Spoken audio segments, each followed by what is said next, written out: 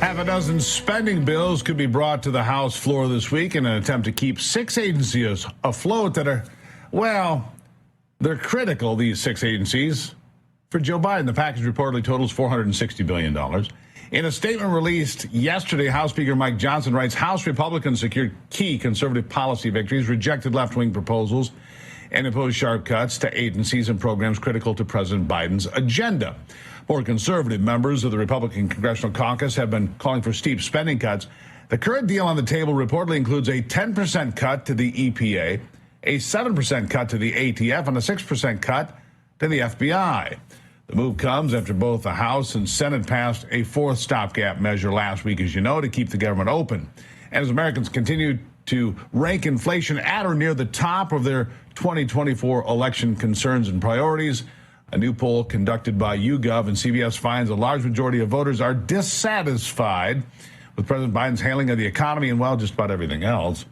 55% of registered voters believe prices will increase if Joe Biden's policies are allowed to continue. Just 34% of respondents believe they will go up under Donald Trump if he's reelected. Joining me live to discuss all of this, former Congressman Lieutenant Colonel Alan West. Colonel, good to see you as always. Always a pleasure. Thanks for having me with you, Steve. And I want to get to those spending bills, but first, it is a monumental decision out of the Supreme Court, 9-0. No wiggle room here. The Democrats want to say somehow that the Supreme Court is, interfering in the 2024 election. And in fact, it's just the opposite. The Supreme Court won't allow the states to interfere in the 2024 election. What's your thought?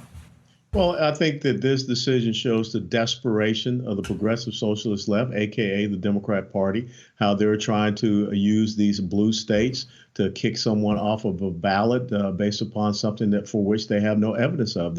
Donald Trump has never been charged, never been tried, nothing relating to the Section 3 of Amendment 14 of the Constitution. He is not an insurrectionist, but yet they're doing everything they possibly can to reduce the opportunity and chances for people to vote for him. And I think they were correct.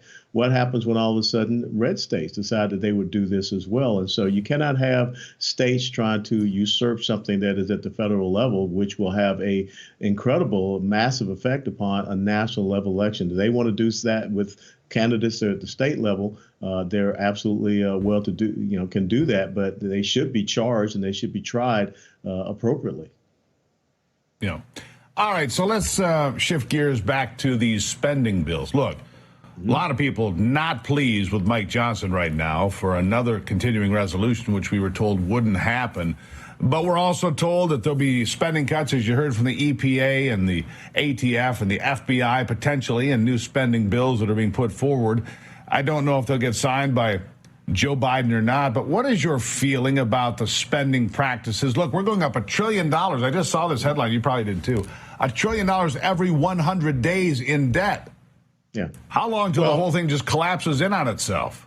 Well, we are redlining. When you look at our debt to GDP ratio, you look at where our debt is. When you look at the fact that the most part of our, spending, the biggest part of our economy is government level spending, we are getting to a point where we're going to get to flatlining this economy. And I think that what you really have to do is change the principles. Because, you hear the federal government or government saying to private sector businesses, we're going to shut you down because we deem that you're not essential. Well, I think it's time that we start looking at government agencies and programs to start to say that this is not essential. These are not the things that we should have our money being spent on, especially on agencies, as Donald Trump articulated today, that are being used as a weaponizing tool against the American people. So ATF, the FBI, the EPA, and there are several others. But I don't think that Joe Biden is going to sign anything like that. I don't think that Chuck Schumer is going to sign on to anything like that. I think the biggest leverage that they had was to force some type of government shutdown, partial whatever, to make the government operate on what is essential and get away past the fear-mongering. Democrats always have a way of putting Republicans on their heels, making us react, and Republicans have to start going on the offense when it comes to this budgetary process and spending. Well, as I've mentioned a couple of times already in the program today, Donald Trump's comments at Mar-a-Lago today, very presidential, very measured, calling out Joe Biden at least a couple of different times, saying, Joe Biden, please stop weaponizing the Department of Justice and other government agencies against your political opponents. I'm paraphrasing, of course. And then he also called on Joe Biden to close the border immediately because it's unsustainable. He says, Joe, you have the power. I had the power. You have the power to do that. I thought those were two very powerful moments that are going to get replayed, at least in some places. I'm sure MSNBC won't play those clips, but we sure will. And people will see them on social media. Those were two very powerful and presidential moments for Donald Trump today. He didn't spike the football. Yes. Exactly. He kind of took it with some class and said, here's what we need to do to move forward. Let the voters decide, stop weaponizing the Department of Justice, and stop the border invasion. And I think people are going to be open and receptive to the way he came out today. Your thoughts? You're absolutely right. And when you think about this border invasion, think about the billions of dollars that it's costing the American taxpayer. And so basically what we're saying, what the Biden administration is doing to us is making us the bill payer for an unconstitutional agenda, an unconstitutional policy, which violates Article 4, Section 4, which is to open up our border and allow illegals in here. Think about the drug trafficking crisis, the human and sex trafficking crisis, and now we have to be concerned about the terrorist trafficking crisis. That's all going to cost the American taxpayer. And then also you go back to last week when you heard Kamala Harris, his vice president, say that they are going to use taxpayer money to pay college students to go out there and work on voter registration and things of this nature, and poll working. Well, who do you think they're going to be working for with the American taxpayer pulling the bill? So again, that's weaponizing, the government against the people and skewing an election using our taxpayer dollars. And I think the American people see that and they're sick of it.